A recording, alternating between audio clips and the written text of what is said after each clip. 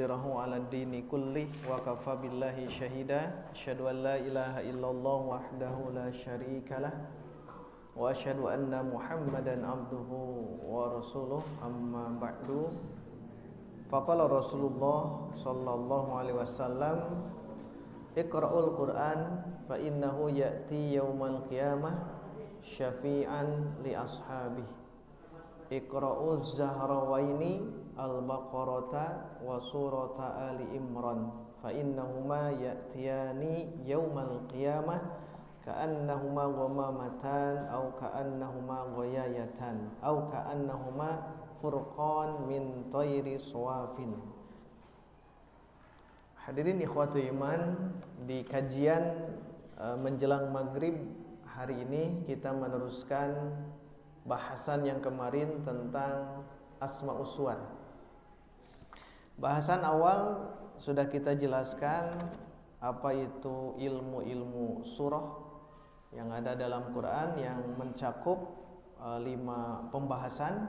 Nah, sekarang kita masuk ke fasal awal, yaitu Asma'us Suwar, nama-nama surat. Bagaimana kita akan mengetahui tentang hal ini? Maka dijelaskan di dalam kitab ini ya. Man yaqra? Fadhal.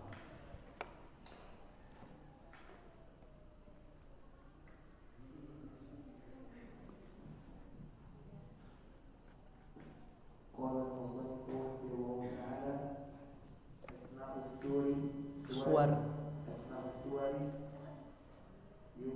yadharu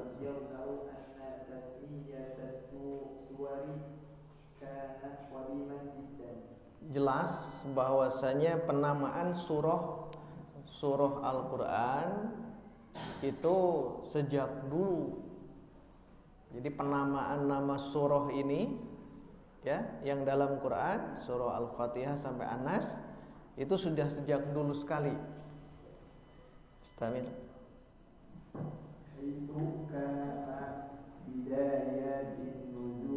Itu di saat permulaan turun Al-Quran.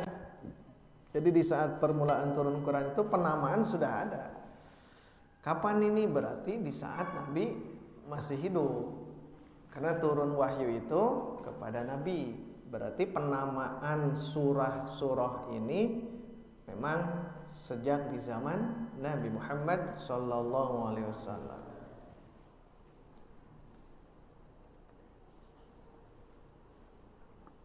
Langsung awal.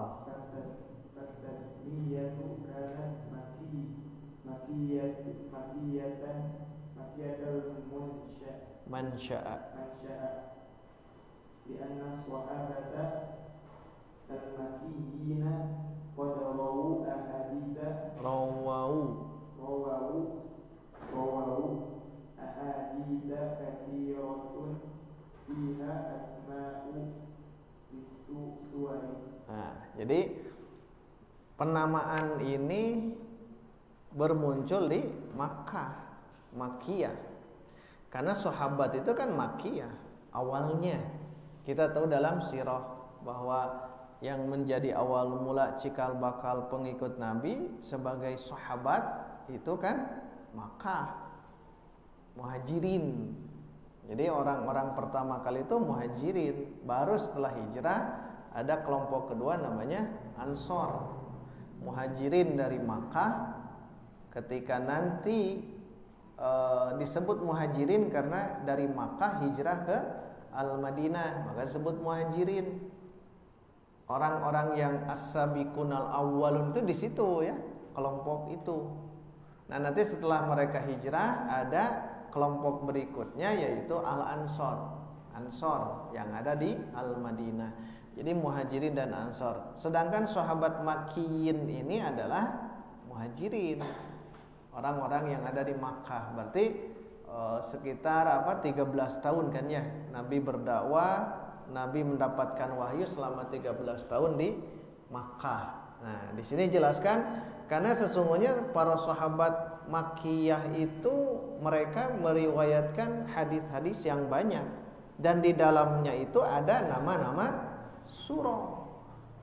Jadi kan meriwayatkan hadis nih dari sahabat Makki ya, Makkiyah. Itu nama-nama surat itu di dalam hadis dijelaskan. Istamir. Wa min dzalika hadits Ja'far. Haditsu Ja'far Wayani radhiyallahu anhu ma'an Najashi Malikil Habasyah Habasyah haitsu qara'a alaihi surata maf'ul bih Maryam. Nah, yang ini lihat ada contoh Ja'far At-Tayyar. Siapa Ja'far At-Tayyar? Bapaknya siapa? Abu Thalib. Ini saudara dengan Ali bin Abi Thalib. Ali bin Abi Thalib, Ja'far bin Abu Thalib. Nah, Ja'far At-Tayyar ini di dalam hadisnya di saat beliau itu bersama Najasyi. Najasyi itu Malik Habasyah, Raja Habsyi. Habsyi hari ini adalah negara di Afrika sana, yaitu negara Ethiopia. Ya, negara Ethiopia yang kita tahu negara Ethiopia memang perlu sokongan materi dana ya. Maka di sini ada pembicaraan antara Ja'far bin Abu Thalib At-Tayyar radhiyallahu anhu bersama Najasyi sebagai raja Habsyi. Jadi kapan? Ketika hijrah. Tapi hijrahnya sebelum hijrah ke Madinah. Kemana hijrah sebelum itu? Ya ke Habsyi, ke Ethiopia. Jadi sebelum adanya peristiwa hijrah dari Makkah ke Al-Madinah, hijrah dulu dari Makkah ke Habsyi. Yang memimpin diantaranya adalah Ja'far bin Abu Thalib At-Tayyar. Nah, beliau itu haitsu di mana beliau qara'a membaca surat Maryam. Kepada siapa? Alaihi ala Najasyi. Karena ada istilah tuh namanya surah Maryam. Surah Maryam. Kenapa tadi baca surah yang lain? Karena di surah Maryam itu diceritakan tentang kisah Nabi Isa alaihissalam. Sedangkan Raja Najasyi itu nanti akan sebagai orang Nasrani. Makanya dibacakan. Dan surah Maryam memang Makkiyah kan ya? Surah Maryam itu Makkiyah. Makanya Ja'far bin Abu Thalib beliau hafal itu ketika hijrah berkomunikasi dengan Raja Najasyi, maka disodorkan itu. Makanya kematian Raja Najasyi ini ya, ketika satu waktu meninggal, Nabi mendengar, maka Nabi sholat gaib. Kenapa sholat gaib? Karena disitulah Raja Najasyi itu masuk Islam. Nah, yang ini berarti sejak zaman dulu ya. Sejak zaman dulu. Baik. Sekarang apa maksud dari penamaan surat? Apa maksud dari penamaan surah yang ada di dalam Quran? Ada tidak maksudnya? Gitu. Istamir. Wal maqsudu minat tasmiyati tamyizul musamma amman yushabihu. Nah, ini. Jadi maksud dari penamaan surah-surah dalam Quran itu tamyizul musamma, untuk membedakan, untuk menspesialkan al-musamma yang dinamakan itu amman yushabihuhu, dari yang menyerupainya.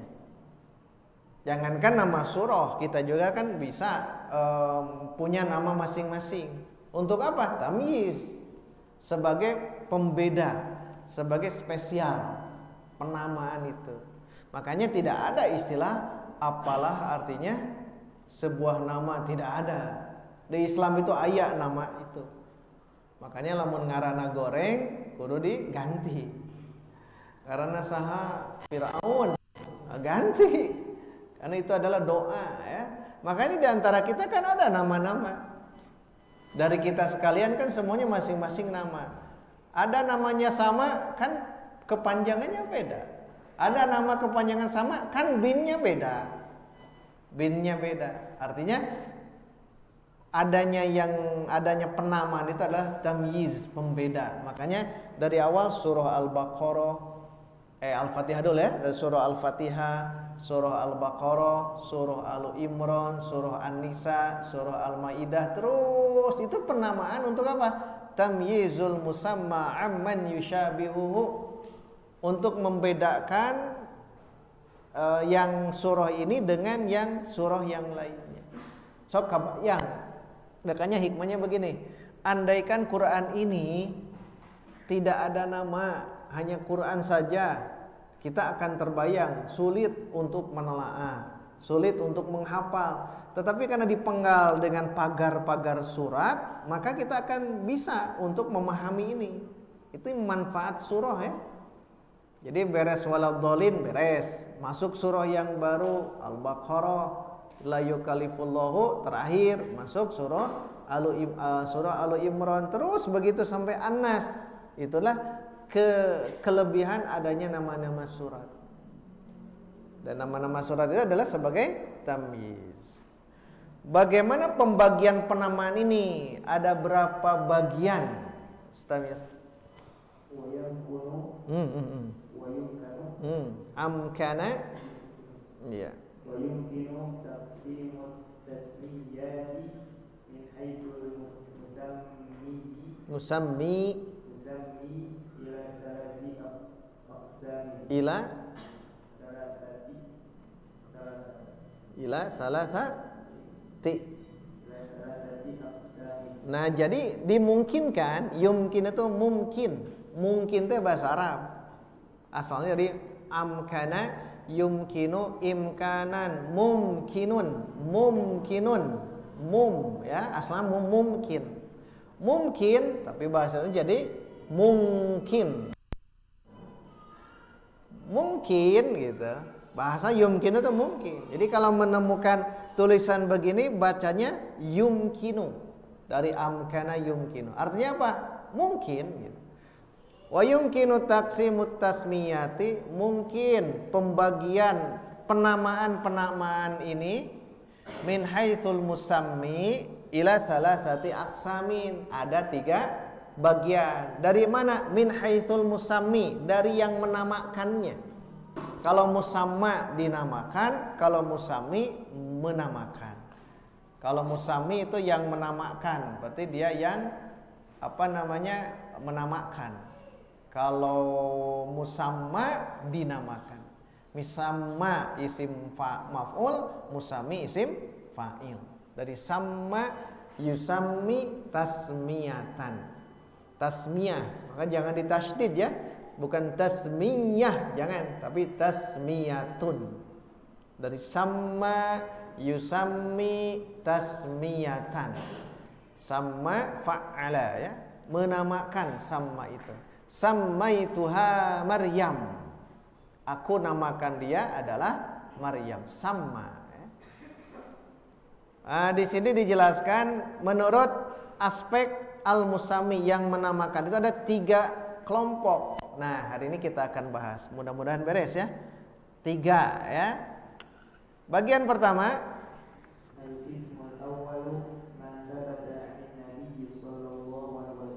ini jelas ya, beri tanda. Ini yang pertama. Jadi bagian yang pertama adalah ma sabata anin nabi. Sudah ditetapkan oleh Nabi penamaan surah yang ini. Sudah ditetapkan. Artinya kita belajar ketika baca hadis, ketika Nabi menjelaskan ini surah ini, itu sudah penamaan langsung dari Nabi. Berarti kan qadiman jiddan, sangat lama penamaan surah ini. Sejak itu ya. Baik. Istamir. Ini banyak ya. Penamaan yang Nabi jelaskan itu banyak. Tapi diantaranya beliau menyodorkan 2 hadis di sini ya. 2 hadis, 1 riwayat Muslim ya, 2 riwayat Al-Bukhari. banyak, tapi diberikan contoh hanya 2 saja. Menunjukkan ya kita harus mencari tahu, ya, mencari tahu tentang nama-nama surah yang ada dalam Quran yang Nabi bersabda itu, gitu. Jadi baru contoh saja, karena kitab ini kan untuk membuat kita penasaran. Yang pertama, awalan ma rawahu Muslimun an Abi Umamah al-Bahili qala sami'tu Rasulullah sallallahu alaihi wasallam yaqulu iqra'ul Qur'ana fa innahu ya'ti yawmal qiyamati syafi'an lil ashabi. Iqra'u Zahrawaini. Iqra'u Zahrawaini al-Baqaratu. Badal dari Zahrawain, badal. Zahrawain kan maf'ul bih. Al-Baqarata wa surata Al-Imran. Iya, itu dulu, sampai situ dulu. Dari hadis ini dari Abu Umamah Al-Bahili, ya, sahabat Nabi radhiyallahu an, riwayat Muslim ini, sahih. Riwayat Muslim nomor hadis 804. Bisa dicek nanti di Sahih Muslim. Di hadis ini Abu Umamah pernah mendengar Nabi bersabda, berarti ini hadisnya hadis qauli, ya. Iqra'ul Qur'an, iqra'u al-Qur'an. Bacalah oleh kalian Al-Qur'an. Iqra'. Cukup iqra' itu. Iqra'. Kenapa mesti ada perintah qiraah Quran? Fa innahu, karena sesungguhnya Al-Qur'an itu ya'ti, akan datang. Kapan? Yaumal qiyamah, di hari kiamat. Akan datang sebagai apa? Syafi'an, menjadi syafaat. Kepada siapa? Li ashabihi, li ashabil Qur'an. Jadi apa yang kita baca hari ini, Quran, setiap hari kita baca, setiap saat kita baca, itu menjadikan sebagai syafaat kelak di yaumil kiamat. Yang menjadi syafaat kan banyak. Nah, di antaranya adalah Quran. Siam juga sama. Siam dengan Quran sama, disandingkan dalam hadis yang lain bahwa orang yang siam kenapa jadi syafaat? Karena dia menahan diri, menahan makan, menahan minum, menahan hubungan suami istri dikarenakan saum. Membaca Quran juga sama, menahan ngantuk, menahan capek, menahan lelah dan sebagainya karena qiraah Quran. Maka Quran dan saum itu akan menjadi syafaat kelak di yaumil kiamah. Apalagi spesial bagi yang membaca Quran, itu nanti manzilah surga, kedudukan surga itu tergantung dari apa yang dia sedang baca. Nanti ditanya nanti di akhirat, Iqra, bacalah ke seorang, Iqra dhamir anta. Iqra wartaqi, baca, lalu naiklah. Naik apa? Naik manzilah surga. Manzilah surga itu bagaikan bumi dan langit.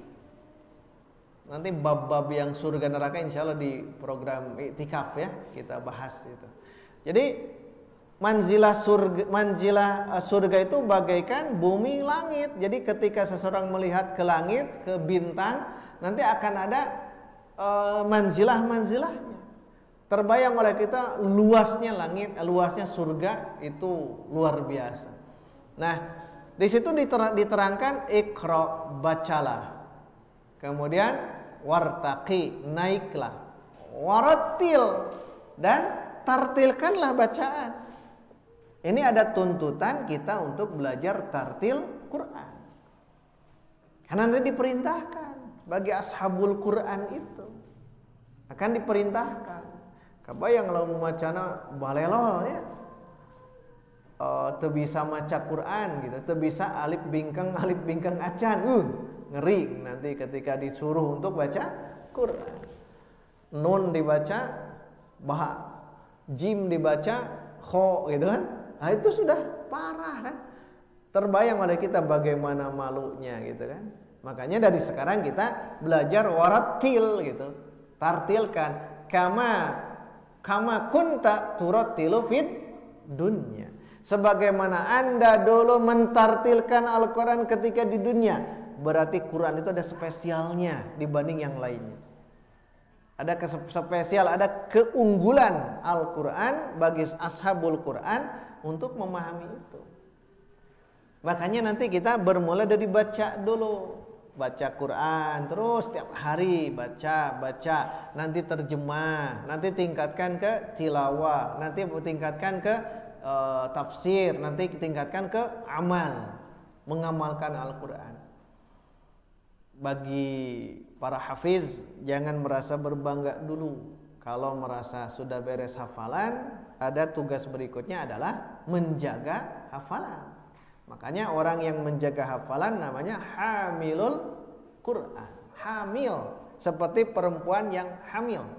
Apa maksudnya? Perempuan yang hamil itu adalah perempuan yang dia akan menjaga baik makanan, baik minuman, baik pembicaraan, baik pendengaran. Kenapa? Ada janin di dalam rahimnya. Itu hamil. Jadi salah kaprah kalau seorang yang sudah hafal Quran tetapi dia tetapi hidupnya sembarangan, itu salah.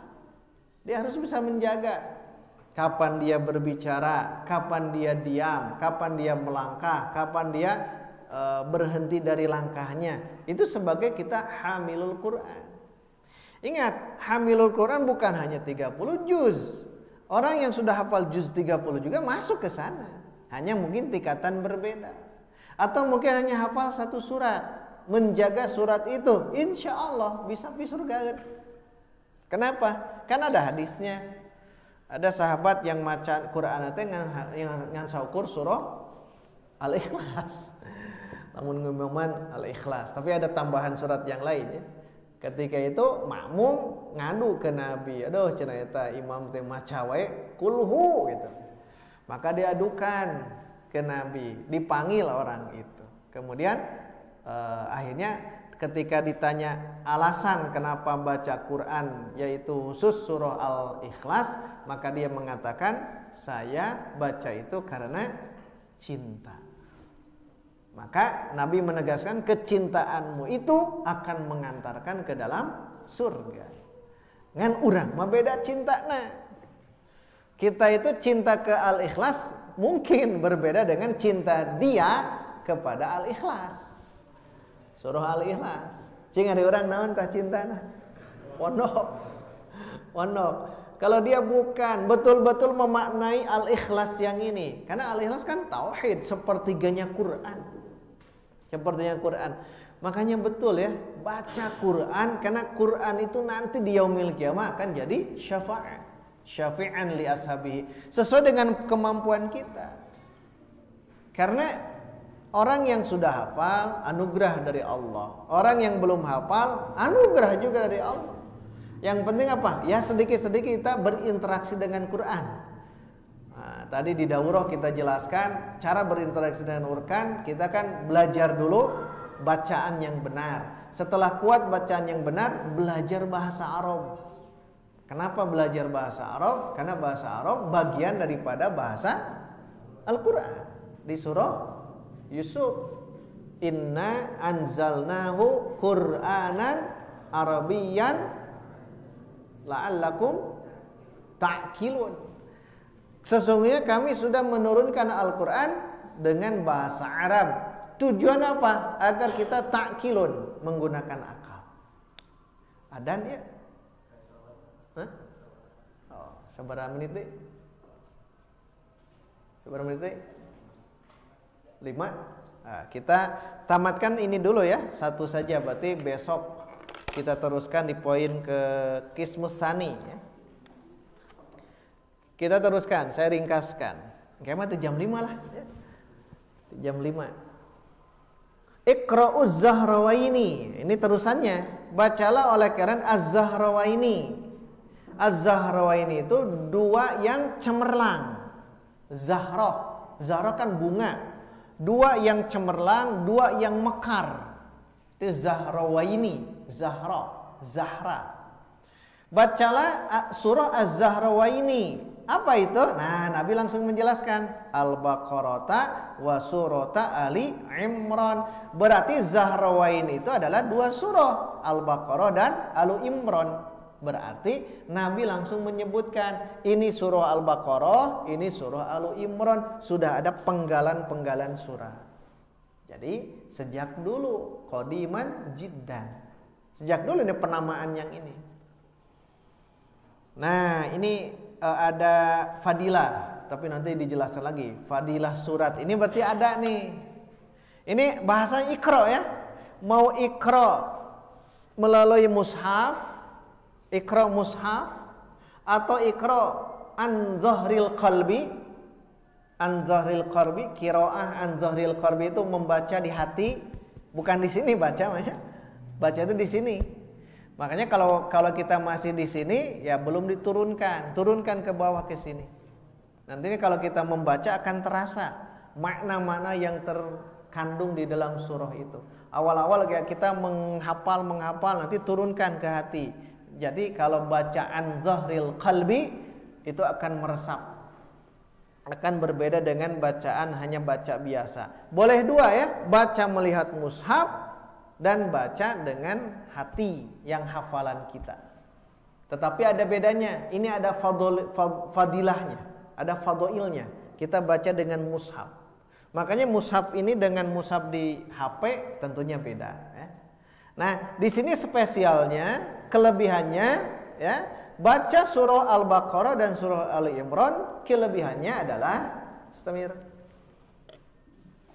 فإنهما يأتيان يوم القيامة كأنهما Gomamah. Jadi karena kedua surah ini ya'tiyani, mereka berdua akan datang di hari kiamat ka'annahuma, seolah-olah Al-Baqarah dan Ali Imran ini gomamatani, dua awan yang besar yang menaunginya. Kabayang ke orangnya. Ini teh bacaan kita selama di dunia. Al-Baqarah, Ali Imran, Al-Baqarah, Ali Imran. Karena ingat, Al-Baqarah itu syariat agama ada di dalam Al-Baqarah dan Ali Imran. Makanya ada yang mengatakan kalau ingin jadi faqih, kuasai Al-Baqarah. Kenapa? Al-Baqarah banyak hukum-hukum di situ. Hukum-hukum di situ, salat ada, saum, zakat, haji ada. Dan itu kehebatan atau keunikan di surah Al-Baqarah. Ya, di surah Al-Baqarah. Itu akan menjadi dua awan.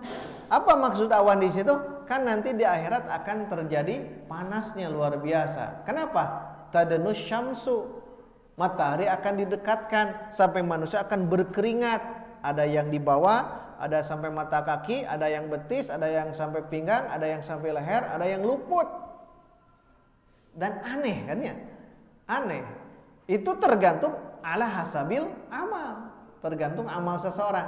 Tapi nanti di yaumil qiyamah orang-orang yang membaca Az-Zahrawaini ini dia akan mendapatkan naungan nanti di yaumil qiyamah. Gomamatan atau goyayatan atau furqan min thair suwaf, bagaikan kelompok burung-burung yang mengepakkan sayapnya tuhajani an ashabihima, yang akan menaungi bagi orang-orang yang membaca surah Al-Baqarah dan Ali Imran.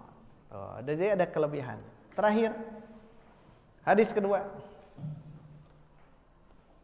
ثانيا وما رواه البخاري بسنده عن أبي هريرة رضي الله عنه قال قال رسول الله صلى الله عليه وسلم أم القرآن هي السبع المثاني والقرآن العظيم. Ummul Quran itu adalah As-Sab'ul Mathan dan Al-Quran yang azim. Ini surah apa? Al-Fatihah. As-Sab'ul Mathan, 7 yang diulang-ulang, 7 ayat yang sering diulang-ulang. Dalam sholat itu sering diulang-ulang. Itu penamaan pertama masabata anil Nabi. Insyaallah pertemuan berikutnya kita masuk ke bagian kedua dan ketiga. Insyaallah kita akan teruskan. Alhamdulillahirabbil alamin. Wassalamualaikum warahmatullahi wabarakatuh.